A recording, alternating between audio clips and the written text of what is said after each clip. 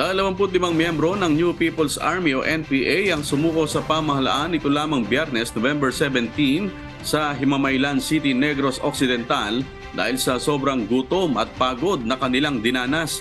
Sinuko rin ng mga ito ang 6 na shotgun, 2 caliber 38 revolver at mga bala. Ayon kay 3rd Infantry Division ng Philippine Army, ang mga sumukong rebelde ay mula sa Komiteng Rehiyon, Negros, Cebu, Bohol at Siquijor.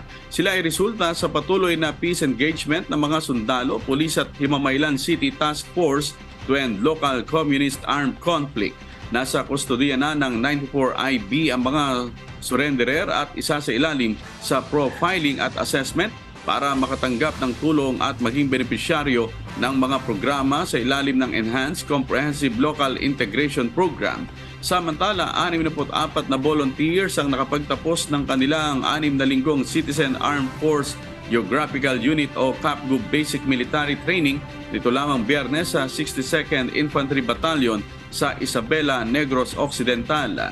Sila ang karagdagang puwersa para sa anti-insurgency operations ng Philippine Army sa Negros Island.